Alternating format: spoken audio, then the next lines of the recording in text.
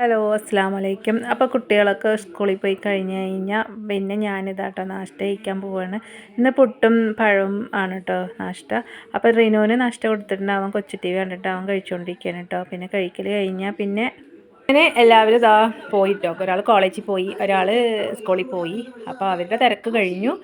ഇനിയിപ്പോൾ ബാക്കിയുള്ളത് ഇതാ അവർക്ക് നാഷ്ട കൊടുത്തതാ അവനുണ്ടോ കൊച്ചു ടി വി കണ്ടുകൊണ്ടിരിക്കട്ടെ. ഞാൻ പണിയായിരിക്കുമ്പോൾ അവനിങ്ങനെ കൊച്ചു ടി വി കണ്ടുകൊണ്ടിരുന്നോളും. പിന്നെ ഇതാ റൂമുകളൊക്കെ വൃത്തിയാക്കാൻ ഇട്ടിട്ടതാ അവർ കഴിച്ച് അവിടെ അങ്ങനെ ഇട്ടിട്ട് രണ്ടുപേരും അങ്ങോട്ട് പോകും കേട്ടോ. പിന്നെ ഇതാണ് എൻ്റെ മാവൻ്റെ റൂം. അവനക്ക് ഞാൻ സെറ്റാക്കി കൊടുത്തിട്ടുണ്ട് റൂം. ഇത് കട്ടിലും നല്ലൊരു വാതിലിൽ ഇങ്ങനെ ഇട്ടിട്ട് ഇങ്ങനെ സെറ്റാക്കി വെച്ചിരിക്കുകയാണ് കേട്ടോ റൂം അവനക്ക്. അപ്പോൾ അവനും പോയി. ഇതുണ്ട്, ഇതൊക്കെ എങ്ങനെയാണ് അവസ്ഥ. ഇനിയിപ്പോൾ ഇതൊക്കെ ക്ലീൻ ചെയ്യണം.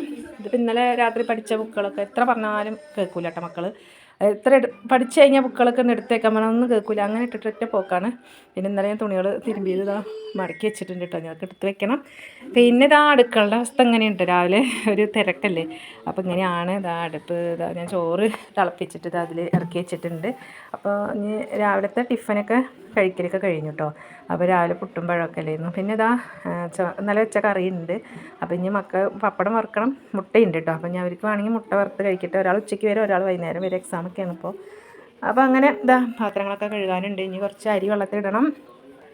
പിന്നെ ഞങ്ങളുടെ റൂബി ഇനി ഇങ്ങനെ ഉറങ്ങിക്കോളും കേട്ടോ. അപ്പോൾ അവനിങ്ങനെ കിടന്നോളും.